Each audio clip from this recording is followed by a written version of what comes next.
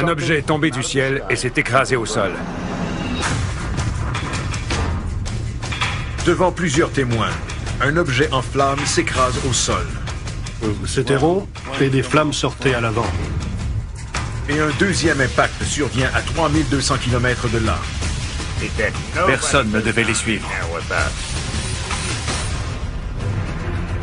La technologie dévoile de nouvelles pistes sur l'un des sites. Ce n'est définitivement pas naturel. Et les témoins parlent d'hommes en noir sur un autre. Il faisait partie d'un organisme inconnu. Qui ou qu'est-ce qui s'écrase dans ces régions? Était-elle contrôlée de manière intelligente? Assurément. Que sait le gouvernement sur ces incidents? Je ne vois pas comment les militaires pourraient cacher ça. Voici l'enquête numéro 65303. Écrasement d'OVNI. Whatever it was, they wanted it back.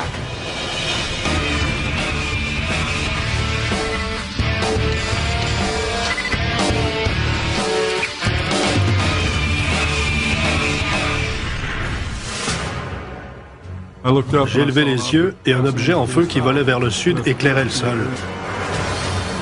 14 mai 2008. Needles, en Californie.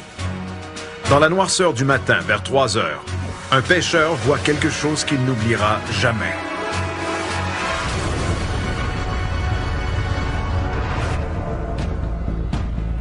Une boule de feu bleu éclaire le fleuve Colorado. Et quelques secondes plus tard, elle s'écrase dans le désert. Certains croient d'abord qu'il s'agit d'une météorite, mais ils ne peuvent pas expliquer la couleur étrange. Et ce n'est pas tout. En quelques minutes, 5 hélicoptères anonymes arrivent sur les lieux.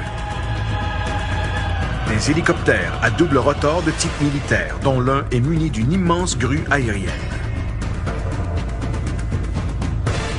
Peu après, des témoins ont vu les appareils quitter les lieux en héliportant quelque chose.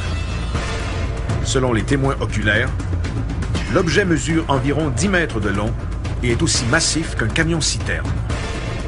Plus impressionnant encore, l'objet bleu brûle toujours.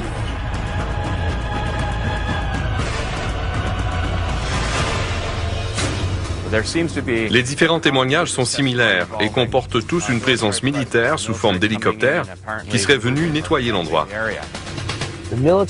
Les militaires ont été très rapides et les hélicoptères ont vite fait de tout ramasser sur le site de l'écrasement. L'enquête à Needles n'est pas terminée. Nous ignorons où se trouve le site de l'écrasement, mais un objet s'est écrasé. Et nous tenterons de localiser l'endroit exact pour savoir ce qui s'est passé.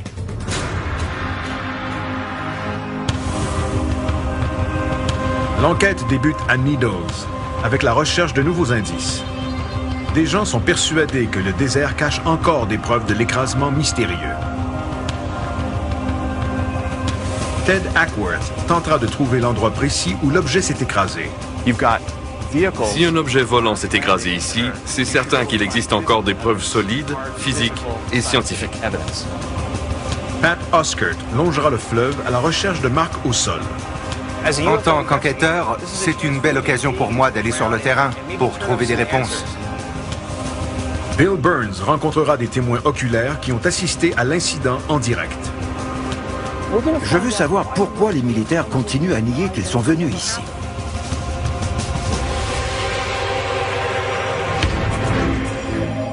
L'enquête débute à la station radiophonique KTOX de Needles, où Bill et Pat rencontrent le propriétaire David Hayes. Nous essayons de savoir ce qui s'est vraiment passé le 14 mai. Je suis en compagnie de Bill Burns et de Pat Oskert. Si vous avez de l'information sur l'incident du 14 mai, appelez-nous. Selon David Hayes, de nombreux auditeurs ont appelé à la station le matin du 14 mai pour rapporter des faits. Et les appels continuent d'affluer. Nous allons prendre un appel. Bonjour, vous êtes en direct? L'objet avait-il une forme particulière?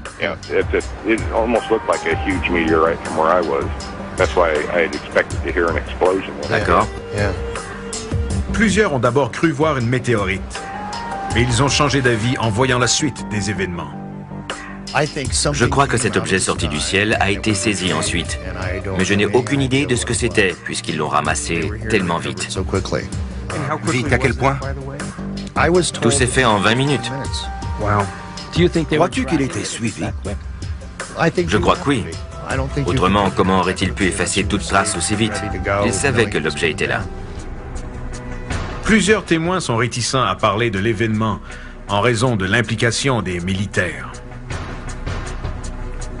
J'ai vu des véhicules sur l'autoroute et l'un d'eux était très étrange, avec des antennes et des dômes. Sur la plaque, j'ai lu « Gouvernement des États-Unis » et les fenêtres étaient teintées noires. Le chauffeur m'a percé de son regard. Un peu plus tard, David revoit les mêmes véhicules garés devant sa station radio. Ils étaient garés à moins de 100 mètres de la station. Et sans en être certain, les véhicules semblaient munis d'une technologie électronique très avancée, comme pour me surveiller. La présence des véhicules de surveillance ne s'arrête pas là. Le jour de l'écrasement, en après-midi, des gens ont vu arriver des avions étranges et anonymes à l'aéroport local. Les avions sont blancs, avec une rayure rouge, et pour certains, ils sont très familiers. L'autre partie intrigante de l'histoire concerne les avions Janet, qui ce matin-là arrivaient et décollaient de l'aéroport international de la région. Janet n'est pas le nom d'une compagnie aérienne officielle, mais le nom attribué à ces avions blancs et rayés rouges qui sont en opération depuis les années 1970. Voici l'un de ces appareils vu à l'aéroport international McCarran à Las Vegas. Les vols Janet transporteraient les travailleurs secrets vers des endroits isolés et maintenant célèbres, dont la zone 51.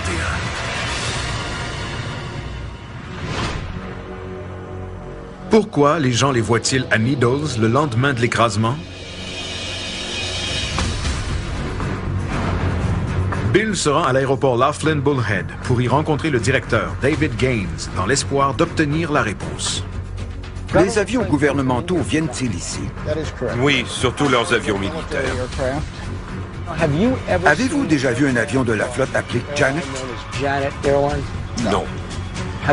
Avez-vous déjà vu ici un avion blanc avec une rayure rouge sur le côté et des hublots teintés noirs transportant des passagers secrets? Non. Vous n'avez jamais entendu parler de cet incident et vous n'en savez rien? Je n'y accorde aucune crédibilité parce que ça ne s'est pas passé ici. Si vous l'aviez vu, mais que vous aviez reçu l'ordre de ne rien divulguer, que me diriez-vous en ce moment? Je vous dirais qu'aucun avion blanc n'est venu ici et que personne n'est au courant de quoi que ce soit.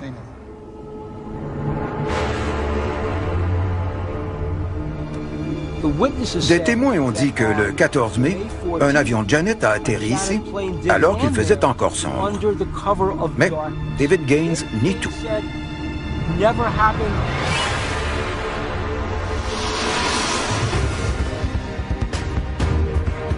Puisque les témoins refusent d'en dire davantage sur les événements du 14 mai, l'équipe décide de chercher des preuves dans le désert.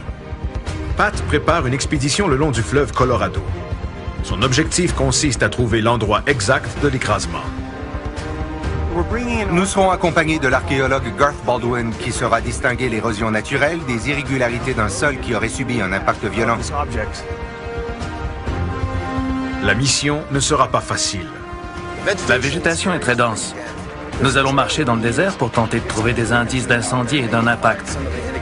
Si la nature a subi de tels chocs, les preuves devraient être apparentes. Fouiller le désert sera une tâche ardue. Mais de nouveaux développements pourraient aider l'équipe. Un témoin qui a entendu l'émission à la radio a décidé de parler. Il a une idée de l'endroit où s'est produit l'écrasement.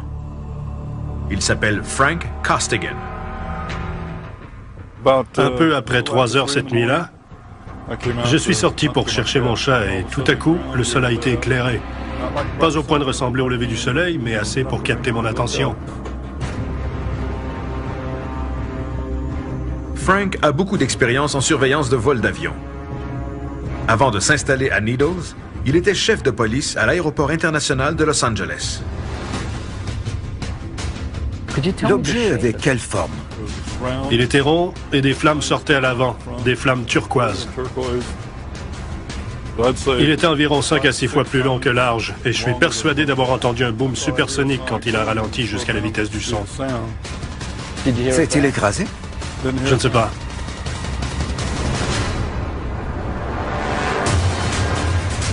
Frank dit ne pas avoir entendu d'écrasement parce que l'OVNI a disparu à l'horizon en se dirigeant vers le sud, entre Needles et Topok, après avoir traversé le fleuve Colorado. Ce qu'il a vu lui est suffisant pour affirmer que cet objet n'avait rien d'ordinaire. Vous avez travaillé à LAX, n'est-ce pas? Oui, j'étais chef de police et surveillant général des opérations de l'aéroport. Durant votre carrière, avez-vous déjà vu voler un tel objet? Ce n'était pas un avion commercial, ni privé, ni militaire. Ça me semblait un vol contrôlé qui serait devenu incontrôlable. C'est mon opinion.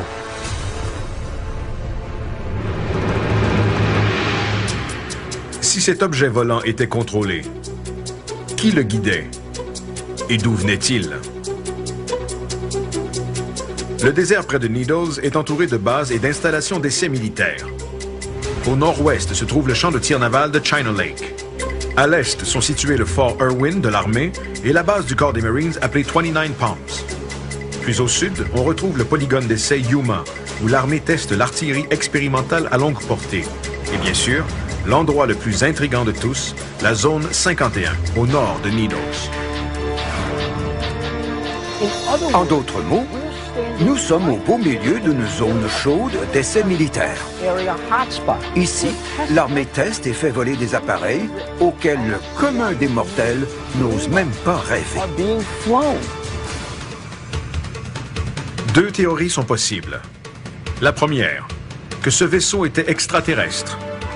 Et la deuxième, qu'il était une invention de l'homme.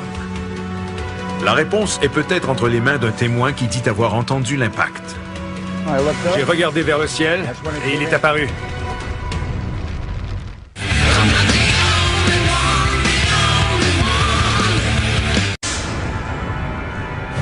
Il a percé un nuage et un autre objet le suivait derrière. Tôt un matin de mai 2008, quelque chose s'est écrasé dans le désert près de Needles, en Californie. De nombreux témoins ont vu l'objet bleu être transporté par les hélicoptères de l'armée. L'histoire cache encore quelque chose qui pourrait être la clé du mystère. Ce genre d'incident s'est déjà produit dans le passé. En juillet 1947, un autre écrasement dans le désert a attiré l'attention du monde entier sur la petite ville de Roswell, au Nouveau-Mexique. L'annonce publique des militaires disant qu'ils avaient récupéré un disque volant a choqué la planète entière. Des militaires de la base aérienne locale auraient été envoyés pour nettoyer le site de l'écrasement et auraient sommé les travailleurs de ne laisser aucun indice derrière eux. Quelques jours plus tard, les militaires changent leur version des faits et affirment qu'il s'agissait d'un ballon météorologique.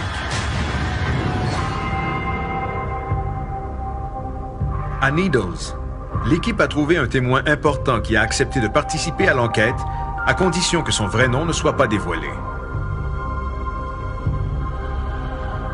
Le témoin, qui s'appellera simplement Bob, rencontre l'équipe sur le fleuve Colorado, près de l'endroit où il a vu l'objet le 14 mai.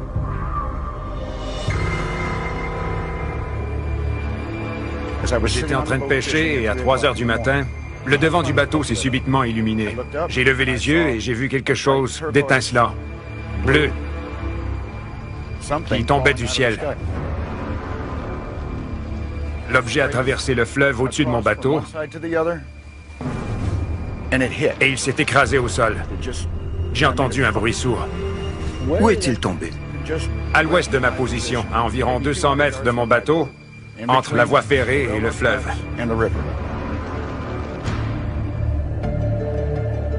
Bob explique qu'une quinzaine de minutes plus tard, des hélicoptères militaires sont arrivés.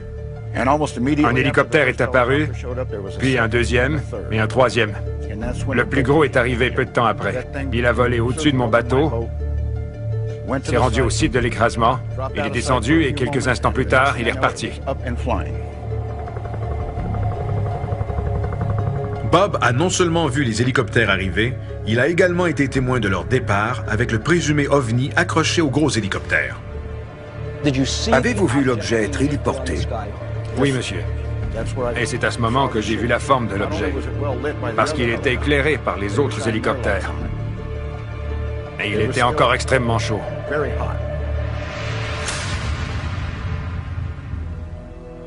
Bob et Frank Costigan affirment que l'objet s'est écrasé dans la région désertique près du fleuve. Les recherches débutent. L'archéologue Garth Baldwin cherchera des irrégularités au sol. On devrait voir plusieurs signes de l'impact. Nous cherchons des déplacements de sol, des marques différentes et des changements de texture dans le sable et la terre. La sauge et le gazon poussent très lentement. Alors toute différence devrait être facile à voir. Parfait. Je pense qu'on aura de la chance parce que les militaires ont nécessairement laissé des traces.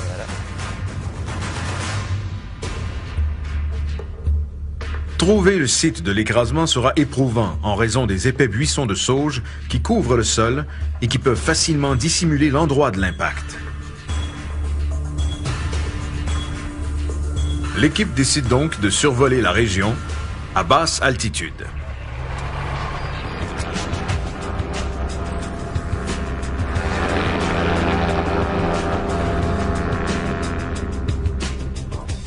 L'ultra-léger est muni d'une caméra à haute définition.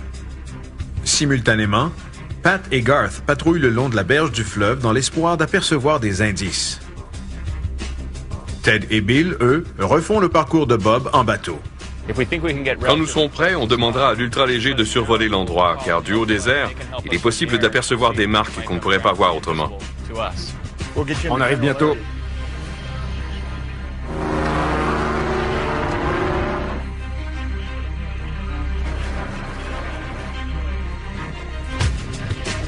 Une heure plus tard, Bob voit quelque chose. Vous voyez le buisson qui touche l'eau? Ouais. C'est là. On doit s'en approcher.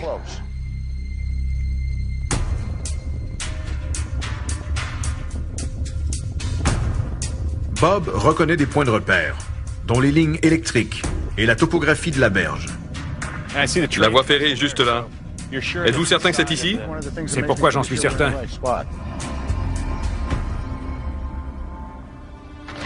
L'ultra-léger est appelé pour du soutien aérien.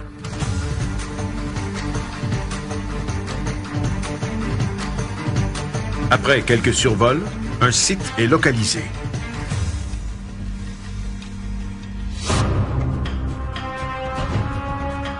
Notre pilote Glenn a cru voir un endroit brûlé au sud. Cela concorderait avec ce que vous avez vu, Bob. Effectivement, de notre position, ça s'est passé au sud. Les traces de brûlure résultent possiblement de l'écrasement de l'objet. Je propose d'effectuer des transects en S. Nous marcherons en formant des S, en équipe de 2, séparés de 20 ou 30 mètres de distance, pour couvrir une grande superficie rapidement. Partez d'ici, on partira de là et on se rejoindra. Allons-y avant que le soleil se couche.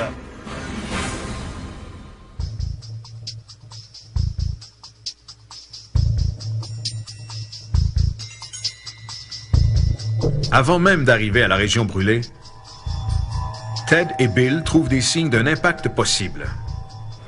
Là-bas. Allons voir. La dimension est celle qu'on recherche. Exactement.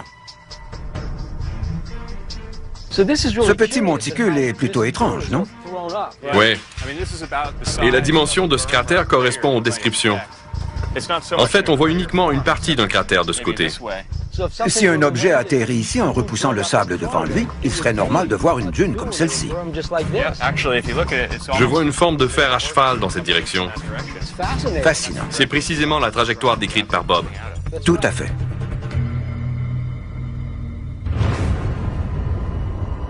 Ted demande à Garth de se joindre à eux.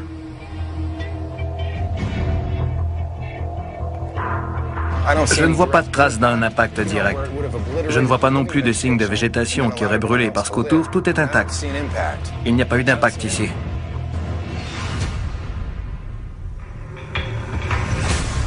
Le site de l'impact est un peu plus reculé dans les terres. Quelques heures plus tard, l'équipe l'aperçoit. Tout a brûlé ici. Tout ce qu'on voit a brûlé. Bob a dit que l'objet soulevé par l'hélicoptère était encore en flammes. Mais il n'a pas parlé d'une explosion. C'est vrai. C'est un peu contradictoire. Garth explique pourquoi il a des doutes. Ces parcelles de terrain brûlées sont probablement le résultat de feux de broussailles. Plusieurs buissons ont brûlé ici et là, mais ça me semble naturel. Il y a de la végétation bien vivante tout autour, et de la vieille végétation très sèche, qui aurait pris feu s'il s'agissait de l'endroit de l'impact.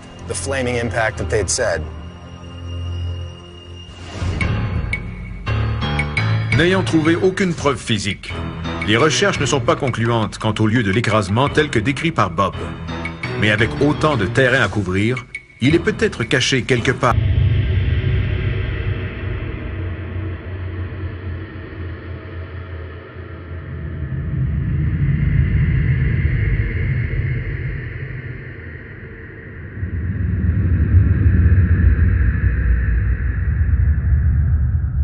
Dans la brousse. C'est beaucoup plus difficile que prévu. Notre pilote a trouvé des endroits brûlés du haut des airs et nous les avons tous examinés de près sans trouver de preuve d'un impact. Nous allons continuer en espérant être chanceux. Pendant les recherches au sol, un nouvel indice fait surface. George Knapp, journaliste enquêteur pour KLAS Television à Las Vegas, cherche également des réponses sur le présumé écrasement d'OVNI à Needles. Durant ses recherches, il a rencontré des représentants du gouvernement qui seraient des hommes en noir. Des agents qui auraient tenté d'intimider les témoins qui ont vu les OVNI afin de garder ces incidents secrets. George Knapp a vu ces gens, il sait qui ils sont, il connaît leurs intentions et leurs activités.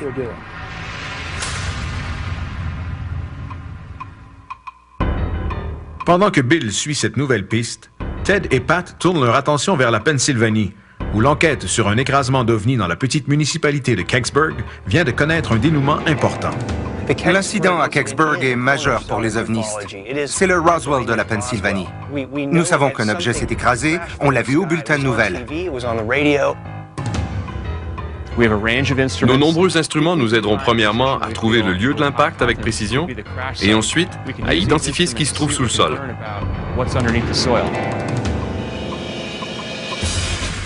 Ted prépare une analyse approfondie du site de Kecksburg à l'aide du témoignage du dernier témoin vivant.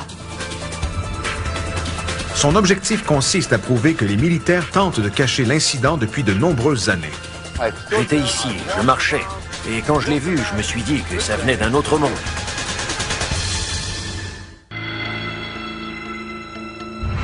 À Needles, en Californie, un objet éclatant qui semblait hors de contrôle s'est écrasé dans le désert. Les témoins disent qu'il a été récupéré par un groupe d'hélicoptères de l'armée. Mais l'incident ne s'arrête pas là. Des gens ont vu des avions anonymes se poser à l'aéroport local. Des avions identiques à ceux qui assurent le transport à la base militaire ultra-secrète appelée Zone 51. Ce genre d'incident est arrivé auparavant, et pas seulement à Roswell. Il y a 40 ans, un objet s'est écrasé dans la petite ville paisible de Kecksburg, en Pennsylvanie. L'objet en question n'était pas hors de contrôle. Et selon les témoins, quelqu'un devait être à ses commandes. Le 9 décembre 1965, vers 16h45, un objet qui ressemble à une boule de feu se déplace dans le ciel. Mais plusieurs sont persuadés qu'il ne s'agit pas d'une météorite, parce que l'objet se déplace trop lentement. Peu importe ce qu'il est devenu incontrôlable et s'est écrasé. Par la suite, le fil des événements est presque identique à l'incident récent à Needles. Est-ce une coïncidence? Ou y a-t-il un lien entre ces deux écrasements qui sont survenus à 43 ans d'intervalle? Le 9 décembre 1965, vers 16h45, un objet qui ressemble à une boule de feu se déplace dans le ciel. Mais plusieurs sont persuadés qu'il ne s'agit pas d'une météorite, parce que l'objet se déplace trop lentement. Peu importe ce qu'il est, il est devenu incontrôlable et s'est écrasé.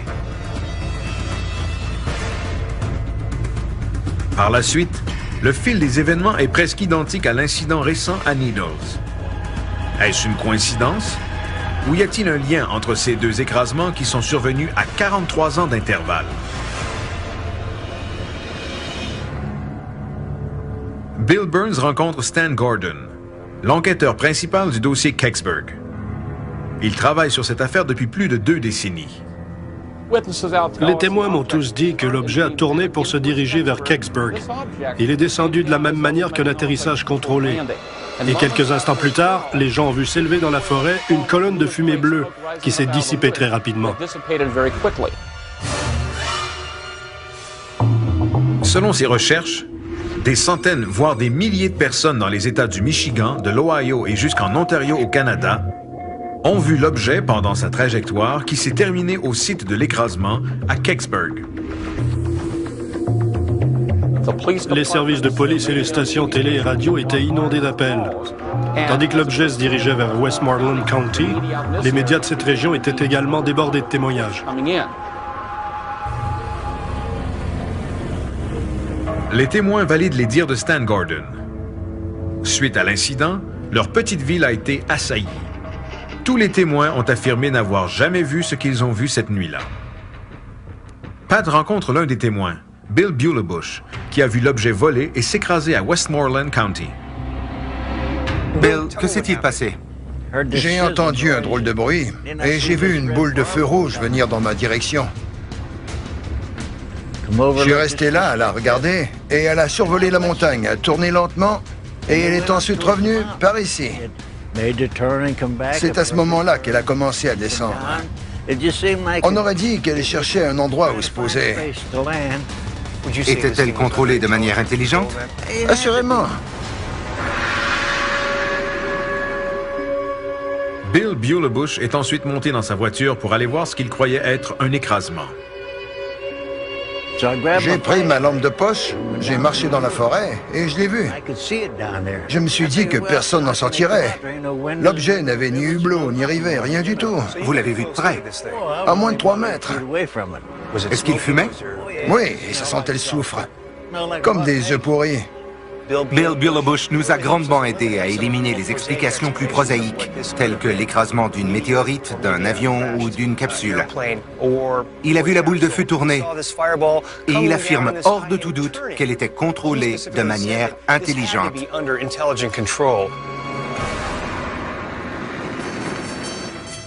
Peu après, le personnel d'urgence se rend au site de l'écrasement.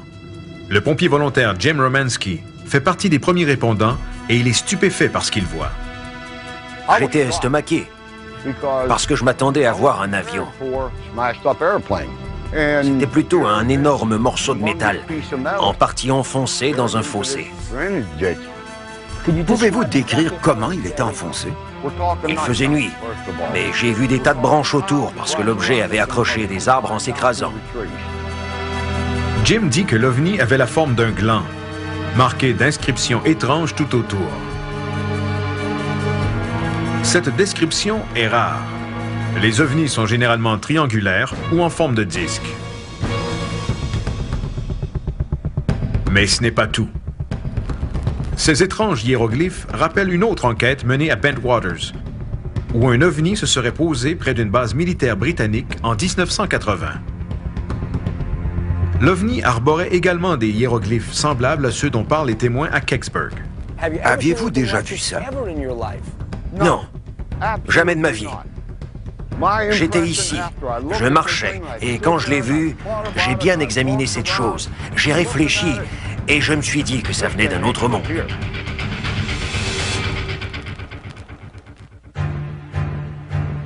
43 ans plus tard, un événement semblable se produit à Needles.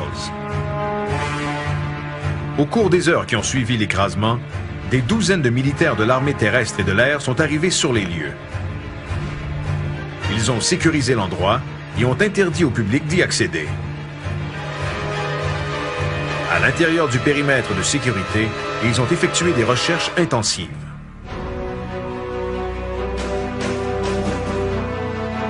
Bob Gaddy, journaliste au Greensburg Tribune, a été envoyé au site de l'écrasement et il se souvient très bien de la présence intimidante des militaires. À mon arrivée, il y avait déjà au moins une douzaine de militaires sur les lieux, en plus des policiers de l'État de Pennsylvanie.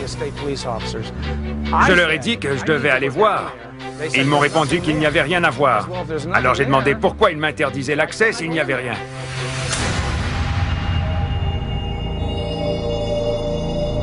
Bob Gaddy dit à Pat que les militaires et non les policiers étaient clairement en charge des opérations.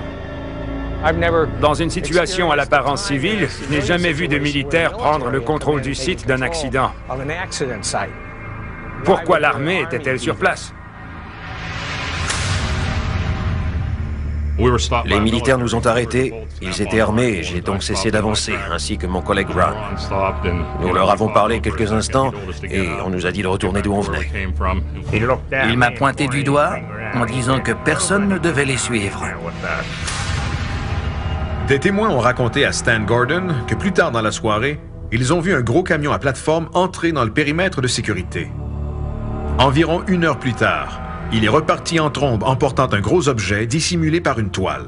Si quelqu'un avait marché devant le camion, il se faisait écraser. Durant son enquête, Stan Gordon a rencontré Jim Romanski, Bill Bulebush et plusieurs autres témoins qui l'ont mené à l'endroit où l'objet s'est écrasé. Ces témoins, rencontrés individuellement, lui ont tous indiqué le même endroit. J'ai bon espoir de trouver l'endroit exact où ils m'ont conduit il y a 27 ans. Il y a manifestement eu un écrasement et j'apporterai un géoradar qui nous aidera à trouver de nouvelles preuves. Non seulement Stan a rencontré des témoins qui nous ont indiqué le même endroit, mais les chances que nous y trouvions des débris sont excellentes. Les témoins et les enquêteurs ont déjà scruté cet endroit, mais jamais avec de l'équipement technologique moderne.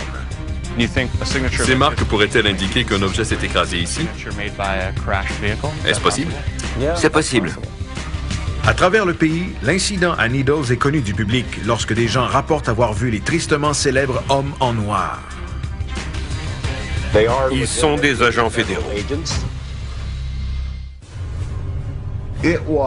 Ça venait d'un autre monde. En décembre 1965, un objet en flammes a survolé le ciel du Canada, du Michigan et de l'Ohio. À ces endroits, des témoins disent que ces débris sont tombés au sol, qu'ils ont entendu un boom supersonique et un sismographe aurait même enregistré l'impact. Aucune de ces preuves n'a fait surface, et seule la petite ville de la Pennsylvanie, Kecksburg, a fait l'objet d'une enquête.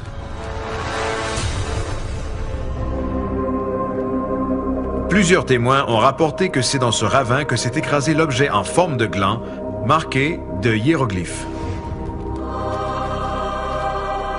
Cet endroit est maintenant devenu le point central de l'enquête. L'équipe est accompagnée du chercheur Stan Gordon, du géologue Steve Kite et du spécialiste en électromagnétisme Pete Hutchinson. Gordon compare l'endroit à une photographie qu'il a prise en 1985 et croit se trouver à l'emplacement où l'OVNI s'est écrasé.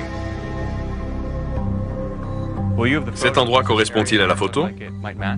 Ted, ça ne pourrait pas correspondre davantage. Je pense qu'elle a été prise environ 2 ou 3 mètres derrière nous, dans cette direction. Je vois 1 ou 2 poteaux de clôture. Voici du barbelé et un poteau. Il y a un autre poteau là-bas.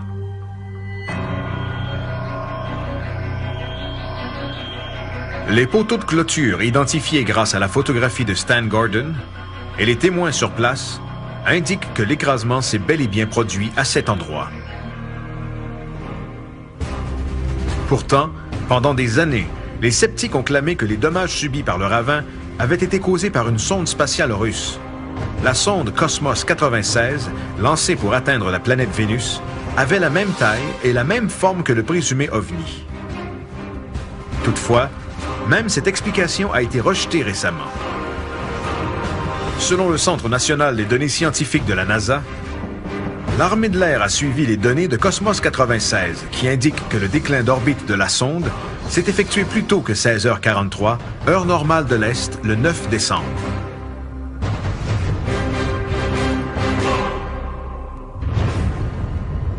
L'intérêt de la NASA envers cet écrasement remonte à plus loin dans le temps. À cet endroit précis, en 1965, des témoins ont vu des représentants de la NASA collaborer avec les militaires. J'ai vu des hommes de la NASA en uniforme et certains portaient des combinaisons blanches.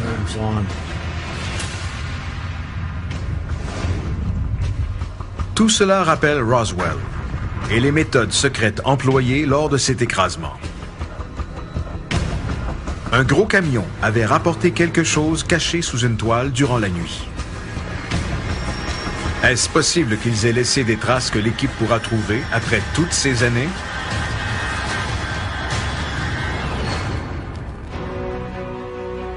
Pete Hutchison a plusieurs instruments scientifiques pour analyser le sol. Nous allons examiner le sol attentivement pour tenter de trouver des preuves enfouies de l'écrasement qui s'est produit ici il y a 43 ans.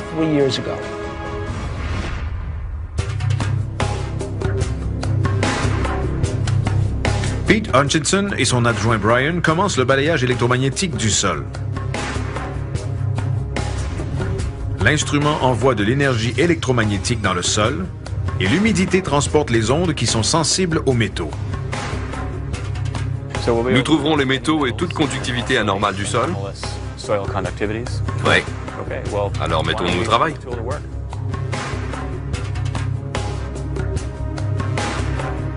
Durant leurs recherches, le balayeur identifie la conductivité métallique, sans toutefois donner d'informations sur la taille et la forme du métal, opération qui exige d'autres appareils.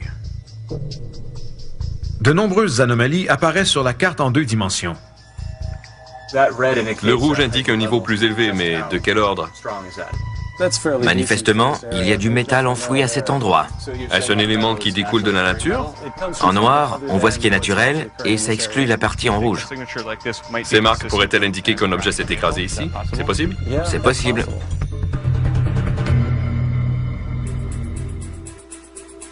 Selon Pete Hutchison, l'aspect inhabituel réside dans la concentration de métal anormalement élevée pour cette région de la Pennsylvanie.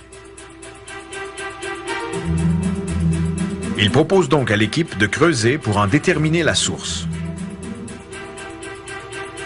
Ces données nous indiquent où concentrer nos recherches. Il faut maintenant creuser pour en savoir davantage. On doit creuser? Exactement. L'équipe doit exposer le site avant la noirceur. Pat participe également aux fouilles. Et une fois le sol dégagé, Pete se sert du radar qui pénètre le sol pour identifier la taille du morceau de métal. Venez voir. Il commence ici. On le voit ici et jusque-là. Ce n'est définitivement pas quelque chose de naturel. Le soleil étant sur le point de se coucher, les fouilles devront attendre au lendemain matin. D'où vient ce métal enfoui sous le site présumé de l'écrasement? Je suis impatient de continuer les fouilles pour avoir des réponses.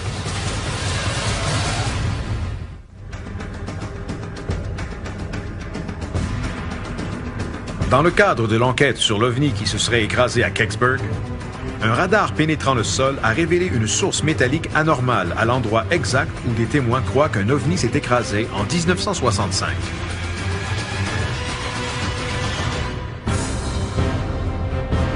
L'équipe a découvert l'emplacement et s'apprête maintenant à creuser pour identifier la source métallique. En quelques minutes, l'équipe se heurte à un obstacle impénétrable.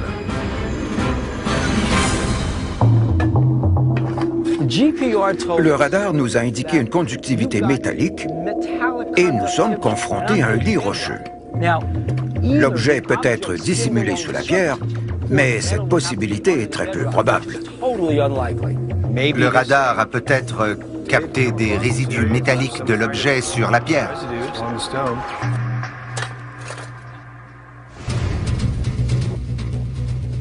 Des analyses plus approfondies révèlent que le radar a confondu lit rocheux et anomalie métallique. Selon Pete Hutchinson, la pierre est probablement très ferreuse. Les pierres peuvent être hautement ferreuses et ça a faussé les données du radar. Ce n'est donc pas relié à l'écrasement.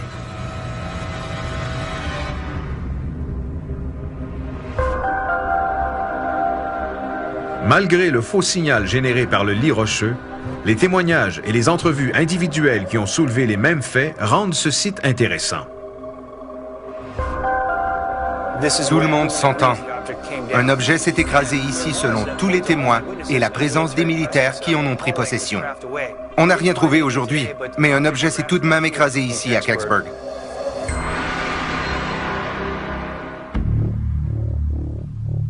Bill reporte son attention à Needles.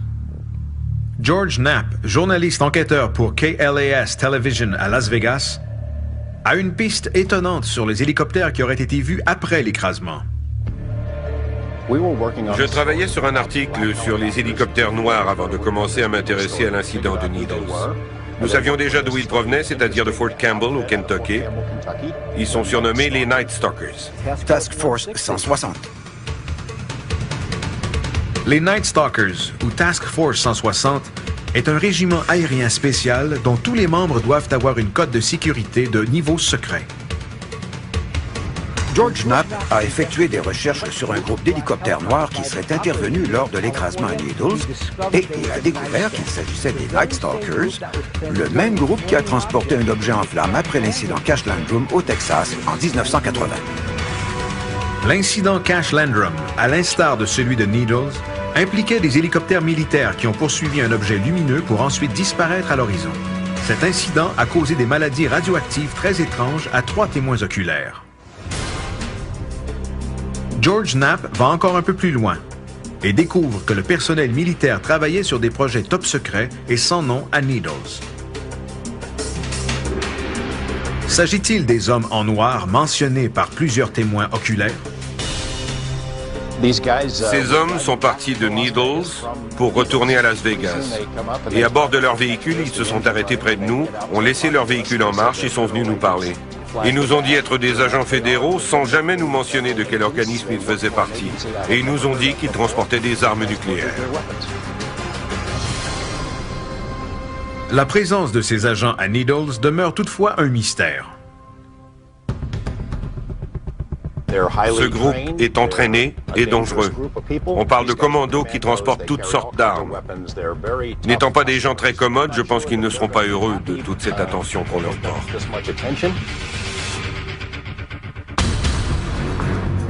Malgré leur présence, George ne croit pas que ces agents étaient des hommes en noir, ni qu'ils avaient un rapport avec l'écrasement à Needles. Pourtant, à Needles et à Kecksburg, des témoins oculaires ont vu de gros objets être héliportés par de gros appareils militaires. Si cette agence mystérieuse n'était pas en charge, qui l'était? Nous avons un tas de récits de gens qui ont vu des hommes d'une agence fédérale étrange dans des VUS noirs à Needles le lendemain de l'écrasement d'un présumé ovni. Ces récits sont véridiques. Peu importe ce qui s'est passé, des avions de la zone 51 ont été vus à proximité. Les hélicoptères qui ont apporté l'objet étaient peut-être impliqués dans un autre incident où des gens ont été exposés à des radiations. On sait maintenant avec certitude que des agents fédéraux se trouvaient dans la région de Needles et qu'ils possédaient des armes nucléaires. Cet objet qui s'est écrasé aurait-il un lien avec un appareil qui transportait une technologie nucléaire? Émettait-il des radiations et était-il secret au point d'être basé à la zone 51? Ce qui nous manque, ce sont des preuves irréfutables qu'un écrasement s'est produit. Nous savons que les militaires cachent de l'information. Ils arrivent sur les lieux, transmettent de la fausse information, et ensuite ils nient tout ce qui s'est passé. Les sites d'écrasement étant nettoyés au point de ne laisser aucune trace, sous-entendent-ils que ces incidents menacent la sécurité nationale? Peu importe ce qui tombe du ciel, les militaires tiennent à garder ces événements secrets.